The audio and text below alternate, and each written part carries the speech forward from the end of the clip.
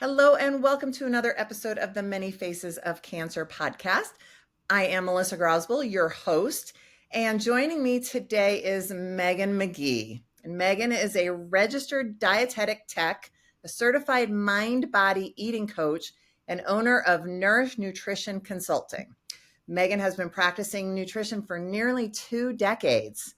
After going through cancer treatment in 2013, Megan shifted her practice to focus on autoimmune conditions and chronic health changes, including diabetes, digestive complaints, and hormone balance, including menopause, which we are going to talk about. Megan is passionate about bridging the gap between a health change or diagnosis and reaching optimal health.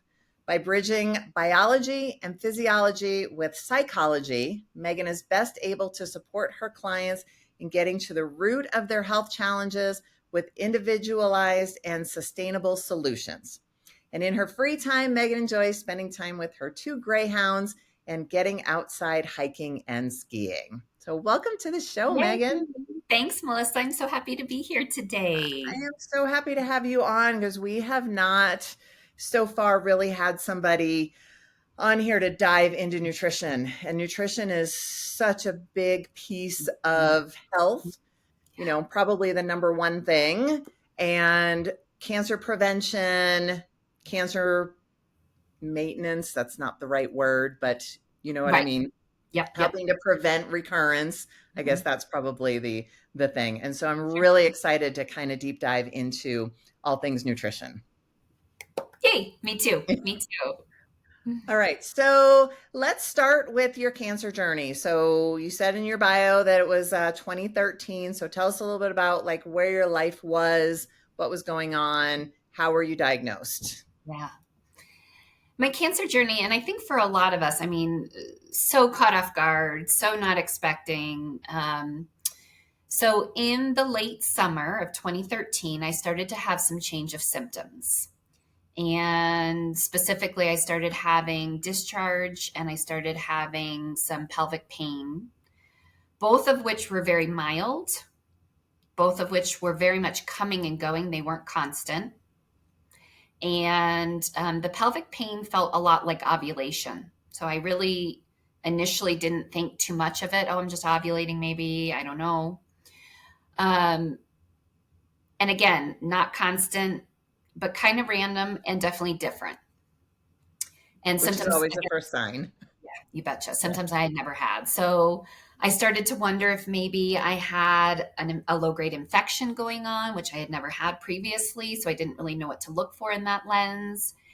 Anyway, in the very end of August, I went in to see my gynecologist and just said, hey, the last 2 months, things have just been a little off and coming and going, but it's kind of been about maybe 2 months or so now. And again, just there, but not there. So I just thought I'd check in. It was the week before Labor Day. And so she did a physical exam and immediately with physical exam said, there's a spot that looks funny. I'm going to do a biopsy right now. And I want to see you back in here the day after Labor Day. And so the first week of September, I was in her office and she said, yeah, you have cervical cancer. And the very next day I was in the oncologist's office. Wow. That's fast. It was fast. It was super fast. For what it's worth, I had a PAP that year. It was clean. And so it was a big surprise. It was a big shock. I was very caught off guard, very much so. So was it missed on the PAP or was it just a very aggressive, fast growing cancer or who knows? Yeah, it's a great question. So no true answer on that. Okay. Could have been either way.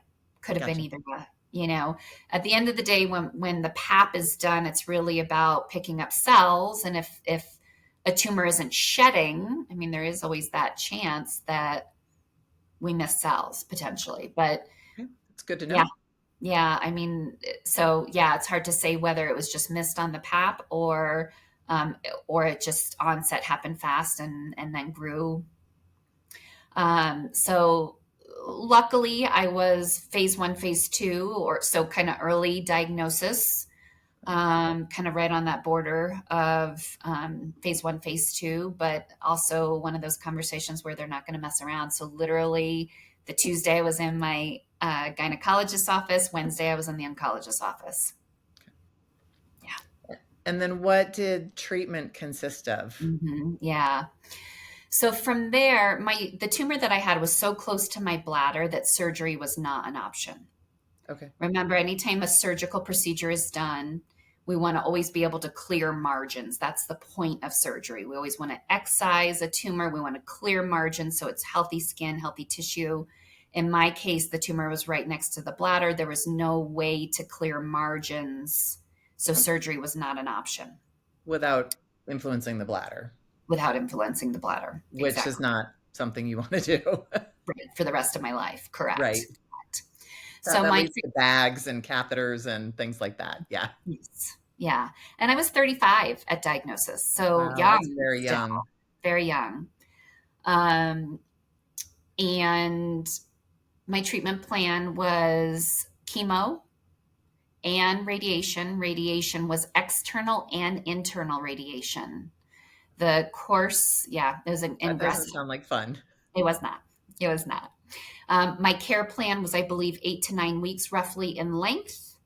So I started in September. I finished right up at Thanksgiving time. And I did 5 days a week radiation. I think I did some of these things you tend to forget on purpose. Like I don't really want to remember these things. So I did 5 days a week, right? I did radiation daily. I think I had a total of, I want to say maybe 6 chemo treatments. And then I believe I had 4 internal radiations. Okay. And then you are now cancer-free. Yay! Yay! 11 years. Yeah. So for 11 years almost. Congratulations. Yeah. So September 3rd or 4th was my official diagnosis date. So I'm officially at 11 years cancer-free. Yay. Fantastic. And now I'm assuming are you still monitored for the rest of your life or?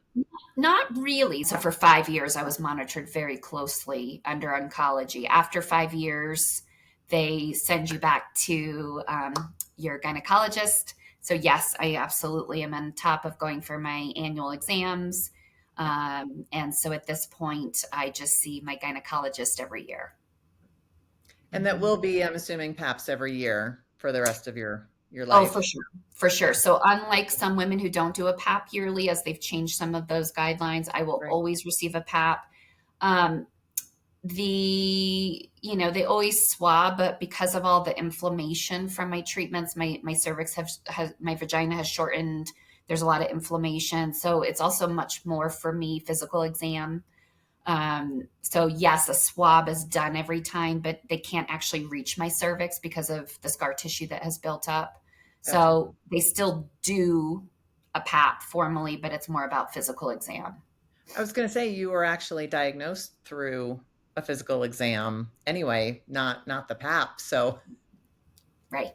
So definitely that's probably the better way to go anyway. Yeah, for sure. For sure. Yeah. So talk about a little bit, like what kind of support structure did you have? And did you like join a support group or, I had a woman on a couple of months ago who's a big advocate with Survivor, which is a big cervical cancer organization and stuff. So kind of what was your support structure like going through all of this? Yeah. I had a variety of things. So the first piece is I was very blessed. My mother, who was living in Florida, actually moved in with me. So at that point, I was living alone in my home, and it was really lovely to have her come and be with me, and just to have someone truly in my home. And from there, I have always said that my friends are my family, and I have been very blessed in my life with very close friends. And I also always say it takes a village, right? So I had a whole crew I had people who were driving me to appointments. I had, and my mom would drive me often, but we agreed trying to give her a day off of driving was also helpful. So I would have people who would drive me to treatments. I would have people who would come with me to chemo. There was a food list going, so people were bringing me food and meals, which was really lovely. At that time when I did research, I was not finding many resources around cervical cancer. And most of the research I looked at to try and find more resources was really about breast cancer. And that is, I'm going to say it this way, it's kind of the sexy cancer, Yeah. right? It's Yep. no ill will to Especially anybody, as please. we're in October, which is Breast Cancer Awareness Month, and Of everything is pink. course, of Yeah. course. So Right. everything is breast cancer driven. And so when I was going through treatment, I was not finding resources around cervical cancer. I really wasn't. So that wasn't a resource for me there. I started into therapy. I'm a big fan of therapy and really working with a therapist who specialized in health changes, I think is extremely valuable. As a piece of my cancer journey, I lost my fertility, and I was right at the point that my husband and I were starting to talk about family planning and what that might look like. So I lost my fertility. So working with a therapist who could really speak to an autoimmune condition, a chronic health diagnosis, cancer, loss of fertility, some of that health psychology, so powerful, so important. Um, from there, I had a couple other care providers that were really part of my team and support too. For example, and we might talk more today about just tools and resources and everything. I had an acupuncturist who was a friend, a colleague, and became my caregiver during my treatment. And I would see her weekly and receive acupuncture from her. And I would always do it before my chemo treatments, which actually helped me tolerate the chemo better. But for example, that was a modality that was part of my care plan, but that was really more than that. It was the safe space. It was being in a situation of someone who I knew personally and professionally. So, yes, it was also receiving care with acupuncture with needles, but it was also kind of even that emotional support there too, knowing that was a safe space, knowing that was something that was going to kind of more nurture me and support me versus the harshness of chemo and radiation. Awesome. Yes. I coming from a doctor, a medical background myself, I had patients say all the time that I was a very cheap therapist. Uh-huh. That I had on my forehead, just like tell me your life story whenever they would come in the office. And I had a lot of patients, just break down and cry on my Mhm. table Mhm. when I was adjusting them and stuff. So, Absolutely. don't overlook some of your Mhm. ancillary or accessory Amen. caregivers and Amen. medical health Mhm. providers, because they can definitely be a source of support as well. Absolutely. Yeah, that's Absolutely. awesome. That's awesome. It really Mhm. does take a village, and the more people that you can have in your corner, Mhm. the better, definitely. Mhm. Yeah. And then you I had a couple of like real takeaways that you got Mhm. from your cancer journey. So do you want to kind of share a couple of Yeah. those with us? Yeah. I would love to. Yes. The first one, and I feel very, very strongly about this, both personally and professionally. Whatever your health challenge is, and obviously we're focusing on cancer today, but whatever your health challenge is, I really believe, and I think, Melissa, you were sharing with me that this is a conversation that comes up often, is advocating for yourself. Ask questions. Ask a lot of people questions. Get second and third opinions. Make sure whatever decision you're choosing is resonating with you. Make sure you feel good about your care team. Make sure you are clear and you feel good about the treatment you're receiving.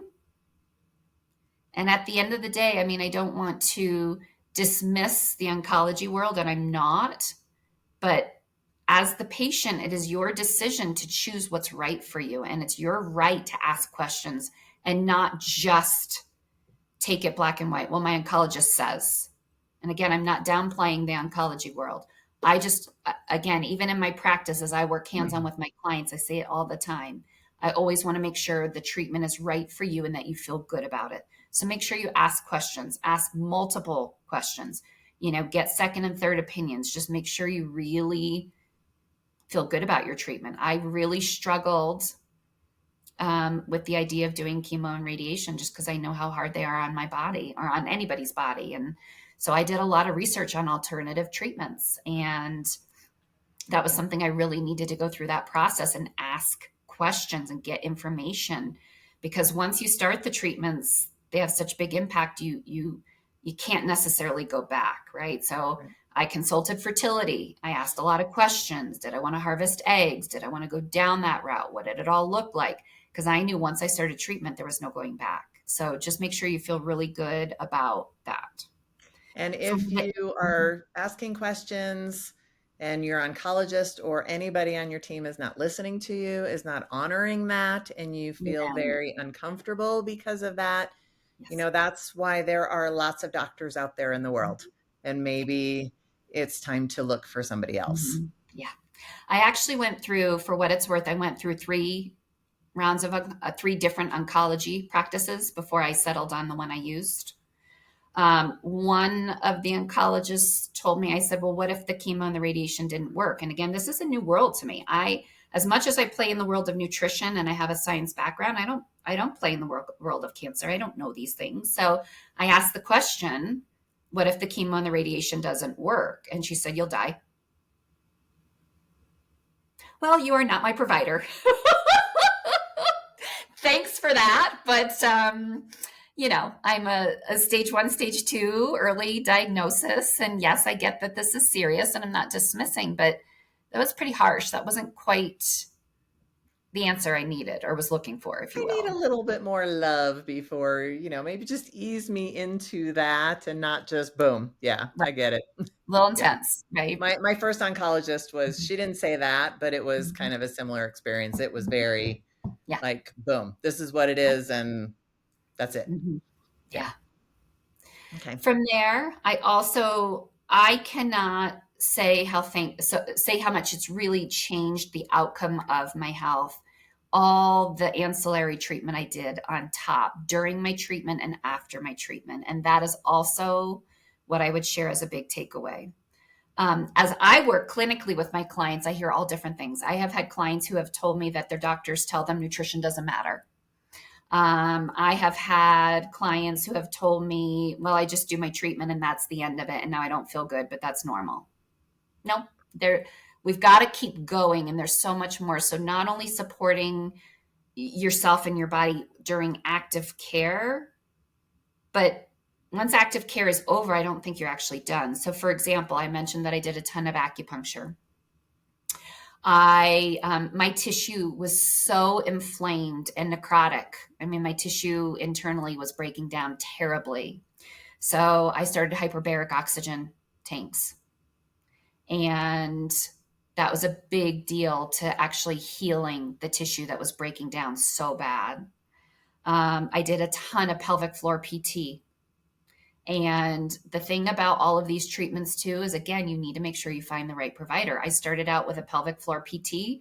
She was a beginner. She had no idea what she was doing. She was not the right fit with someone who had severe inflammation and breakdown post cancer treatment.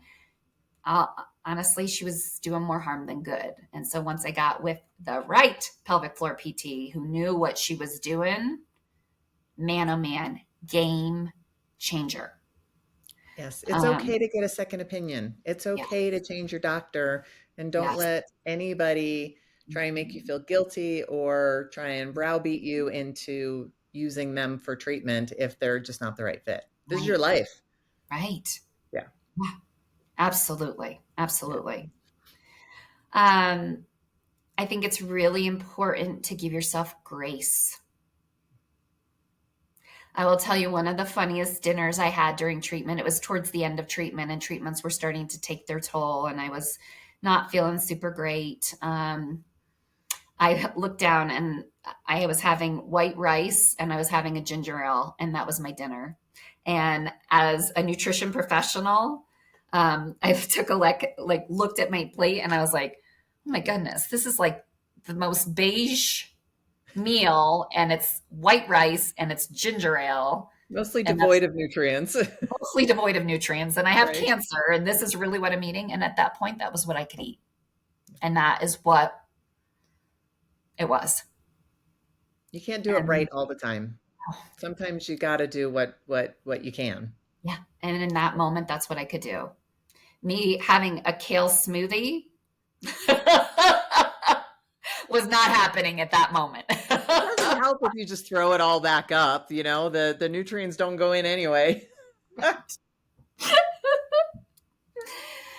And my last takeaway is I really believe in the power of stress. And what I mean by that is considering in your health journey across the whole, from diagnosis to treatment to post, are you managing your stress? I think we all go different ways, and a serious diagnosis like cancer is so overwhelming. I think we can go a lot of different ways. We can put our heads down and just say, I'm going to go and do it all, and I'm just not going to look twice, and blinders on, just get her done, and I'm just going to run. We can maybe fall into more depression where we just can't show up and we can't engage. I'm not saying that's the time to go out and train for a marathon. That's not what I mean.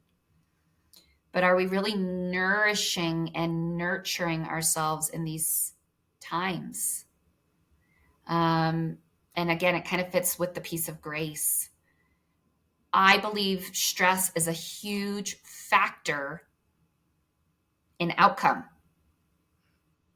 The higher your stress is, the harder it is for your body to heal. It's proven. Mm-hmm. So, what does that look like? It might vary person to person, but even going for a gentle 10-minute walk in the sunshine and just breathing. Maybe it's taking a hot Epsom salt bath. Maybe it's having a pajama day where it's a Saturday and you're just going to go lay on the couch in your cozies and you're just going to binge watch your favorite series. There's all different ways. Are you working with a therapist if you need some additional support? I just believe that we have to consider that stress lens. And I believe as a culture, we dismiss it. And I have this conversation with my clients every day, all day. We dismiss stress. Oh, you're just busy. Oh, you're just stressed out. That's good. That's normal. That's how we function. It's not how we're supposed to be functioning. And I don't live under a rock, but especially when we're in active treatment around cancer, and especially, I'm going to say, the year after a cancer diagnosis and after treatment, I think we have to do better. I think we have to tell the world, I'm still not ready to participate in all the things, and I still need to do more of this. Yeah. People tend to think that once active treatment is over, that everything is fine. And it's And not. that's Yeah. that's when I think that's when the real healing Amen. begins, is Amen. once active treatment is over. Amen. Yeah, those are great takeaways and Yeah. things that I firmly espouse and believe in as well. So thank you for sharing those. Yeah. You bet. Now I want to shift gears a little bit to your nutrition practice. Yes. So as we kind of talked about in the beginning, you really made a shift after Mhm. your own treatment to working more with chronic disease Yeah. and yeah, chronic disease and autoimmune Yeah. disorders, which are chronic diseases as Yeah. well. Totally.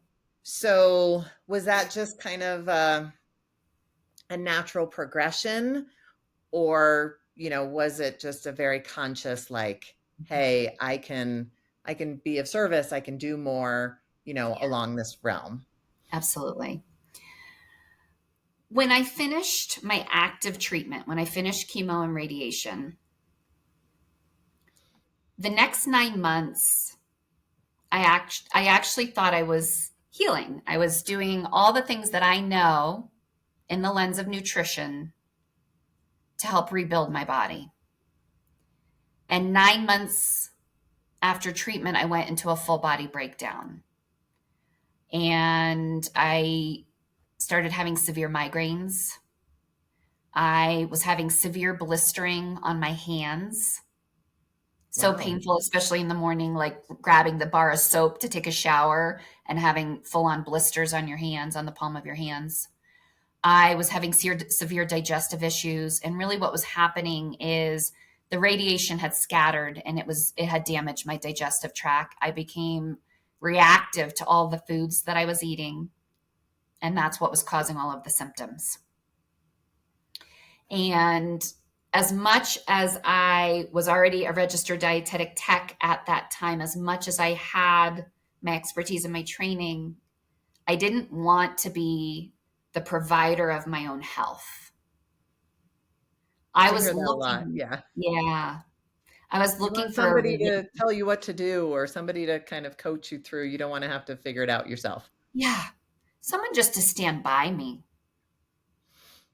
somebody to say, somebody who's a little bit more of an expert in the world of cancer, but someone to stand by me and say, hey, you're right, or hey, let's do this, or let's change, or let's add, right? Whatever. And I could not find that provider for me. And I searched and just could not find the right fit. My oncology practice, I was still seeing those practitioners. They did not offer any post care. Yeah. And that's when I really started becoming dismissed by my oncologist. They very much were like, well, you don't have cancer anymore, and we'll refer you wherever you want to go. And I wasn't doctor searching. That wasn't my agenda. And they're like, oh, we'll send you to allergy, and we'll send you to immunology, and we'll send you to gastro, and we'll send you to blah, blah, blah. And I really hit a level of frustration there too. You can't tell me I'm the only person post treatment who's having symptoms, right? And there was a huge gap there. I never found the care team that I was needing, wanting, desiring to assist me in what I'm going to call recovery. Thank God I don't have cancer anymore. Thank God. Right. But now I want to live, and who's going to help me live? And I mean, oncologists, they have their wheelhouse. Of course they And, do. they once you're done, once you don't have cancer anymore, there's not a whole lot that they can do for you. So again, Right. not to oncology bash. Not It's to just oncology baths. it's not their wheelhouse. And No, it is. unfortunately, Yeah.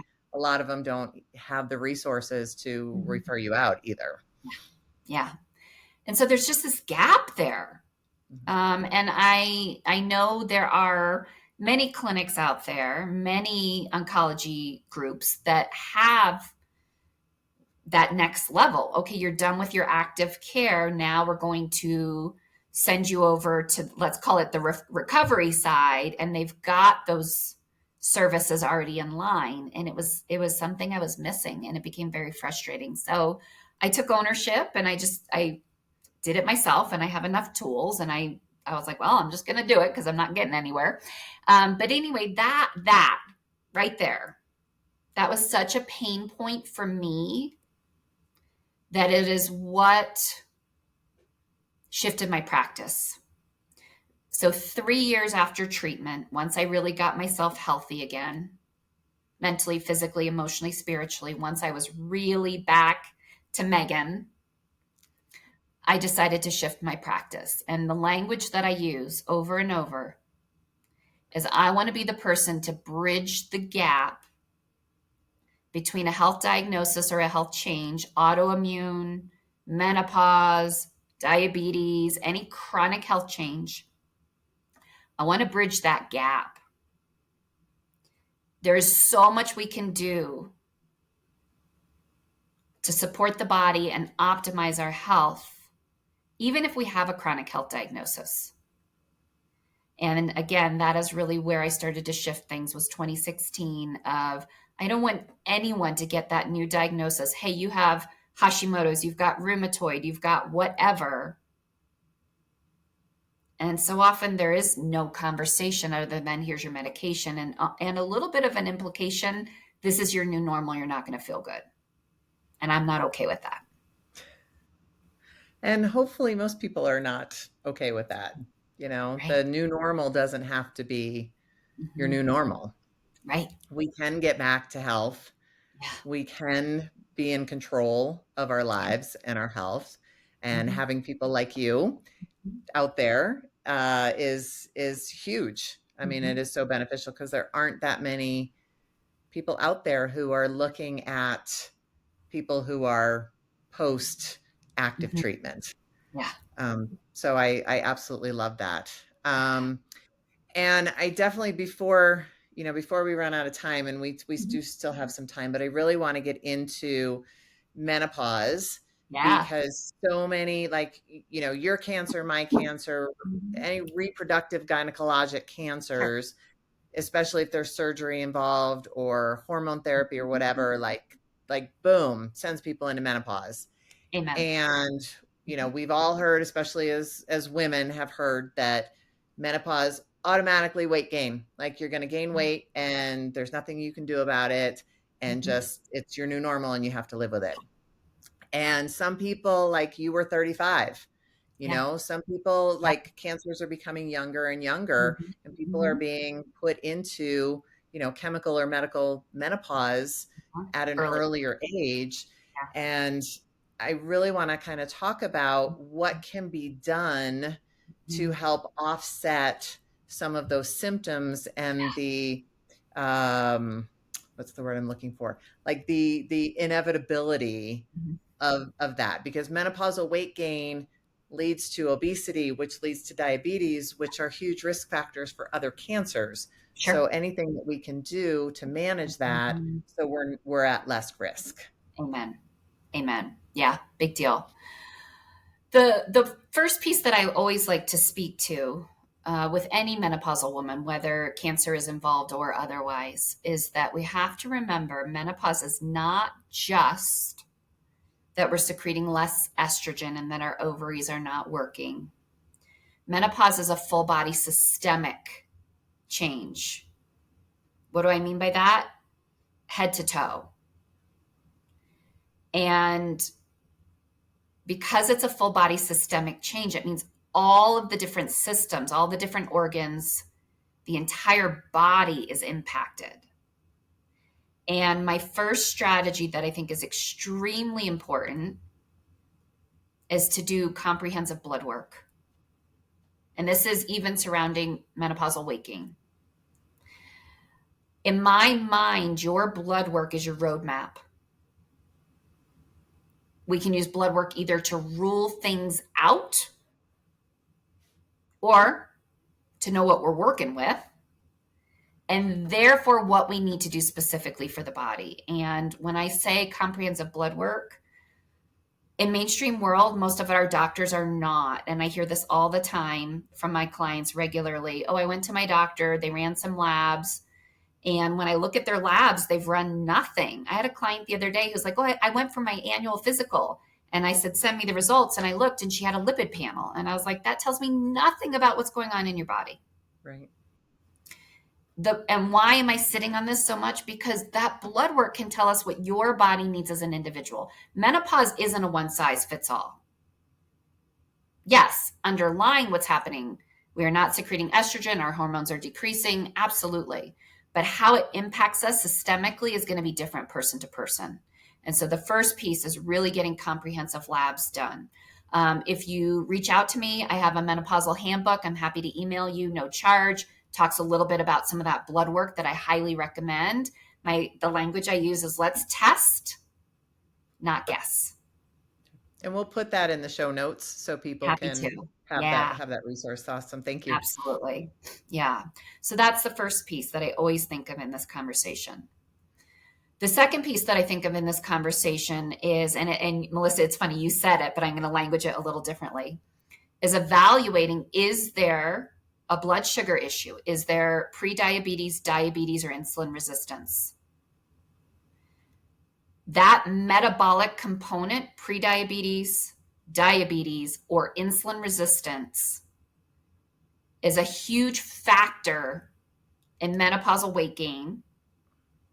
It's also a huge reason that we have hot flashes and night sweats. So if someone's blood sugar is unstable, it's one of the number one reasons that we're going to have hot flashes and night sweats. Man, that's reason enough to get your blood sugar checked. Amen. Having experienced hot flashes for years, yes. Yeah. And many practitioners check a glucose, which is your blood sugar in the moment. They don't check your 3-month average, which is the A1C. And I would dare to say 90+% of practitioners are not checking insulin. I have so many clients that have a normal glucose and a normal hemoglobin A1C, and their insulin is elevated, indicative of insulin resistance. That is why they're so symptomatic. They're not going to lose weight just by changing their diet necessarily, unless they have that information and they know what they need to do about it. Right. If my glucose is fine, I can keep going as I'm going. Where, Right, okay, yeah, your glucose may be fine, but you've got right, insulin flooding in all the time right. and it's hurting you. It's Yeah. keeping you inflamed, it's keeping you fat storing, and it's translating to belly fat big time. Gotcha. There's also, I think, a kind of another sweep it under the carpet. Oh, you're just a little pre-diabetic. We don't have to worry about it. No, there isn't just a little. If you're pre-diabetic, that is still telling us your body's not functioning the way that it needs to in regards to blood sugar and metabolically how you burn. Right. And you're right, blood sugar and insulin resistance is also going to track back to cancers. Absolutely. Yeah. All right. So we've got get labs. Make sure you're checking your blood glucose and blood insulin. Yep. Okay. From there, and I think most of us hear this, is increasing our protein load and decreasing our carbohydrates. As menopausal women, we need a higher consumption of protein. And I'm not anti carbohydrates. I don't think of carbs as the devil. I don't. But many times we're not getting enough protein. And even around cancer, we need that protein for tissue repair and healing. And so, I kind of will map out some macros with a client individually, but I would say for the average woman, we need at least 60 grams. I think that's potentially low for a menopausal woman. And depending if they're in a healing time as well, post treatments, we may need more like 80, maybe even 100 grams. Now, it depends on a lot of factors, how active we are, a variety of things in there. But I think that's an easy strategy. Take a week and track out how much protein you're getting. Are you getting at least 60 grams? And I would say on average, closer to 80 is probably metabolically going to burn you better.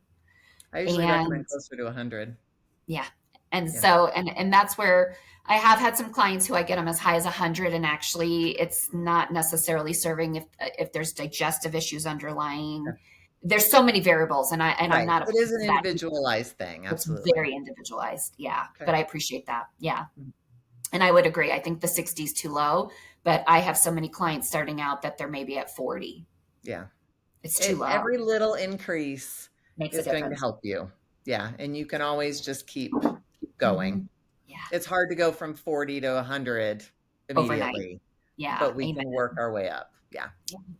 Yep. All right. Yeah. Last one that I'll add is building muscle. So I think especially as menopausal women, we have to think about muscle. And I know for many of us, we do the cardio, we get on the treadmill, we go for the walk, and I'm not poo-pooing that. I do think we all need blood flow. But remember the point of muscle and kind of how it fits in with this.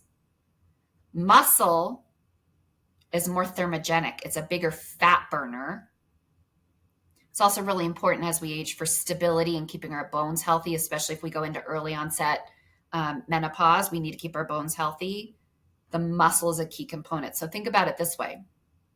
If you have two women that are 150 pounds each, and one of them has a higher ratio of muscle than the other, they can eat the exact same carbohydrates, the exact same amount, and the woman with the higher protein or the higher muscle content is going to burn those carbohydrates better simply because there's more muscle on board.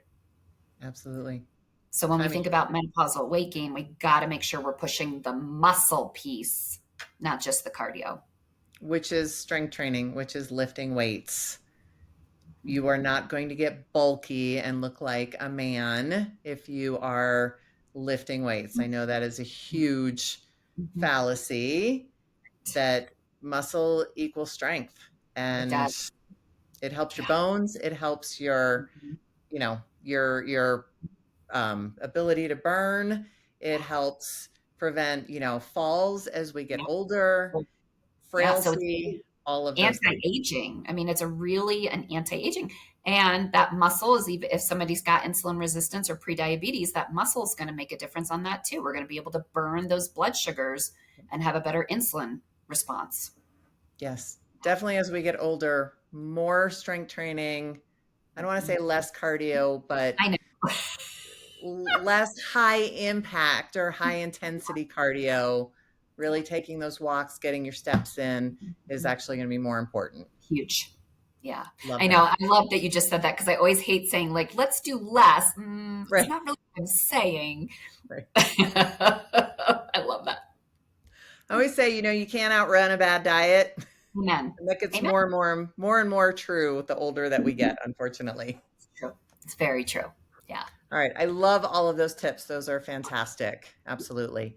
So I always ask my guests this. So, and we talked a lot about this with your takeaways and stuff, but what is one piece of advice that you would give to somebody who's either just starting on a cancer journey or in the midst of it? Mhm. Something that really helped you that would be helpful to other people. Yeah. A little bit of a different thought versus what I've already spoken to today is at that initial diagnosis point, everything's moving really fast. You're getting a ton of information. You're having to make decisions without a lot of information. My suggestion is, as best you can, slow down, pause, take a moment to really evaluate what's in front of you, and again, make sure the steps that you're taking, the journey that you're on, is right for you. And again, when you're my example, I was in the gynecologist on Tuesday, I was in the oncologist on Wednesday. Rock and roll. It was fast, fast, fast. How fast can we get you in? How fast can we get you started? Slow down. You are in charge of the ride, not the practitioners. Get quiet.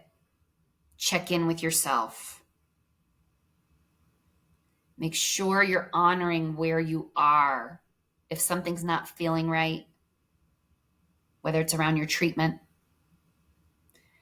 ask questions.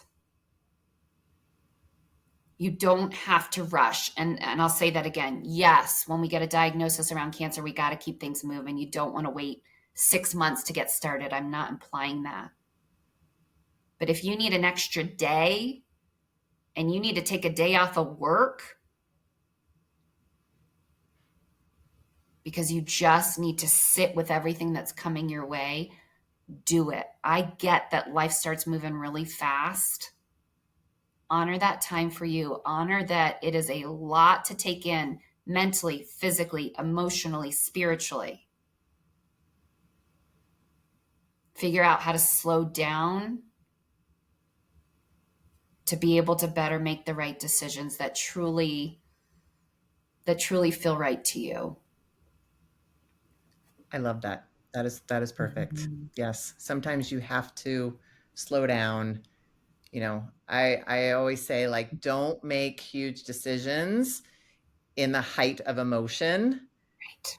And sometimes taking that time to slow down and get more logical Yeah. is very beneficial. So Right. that is awesome. Thank you so much.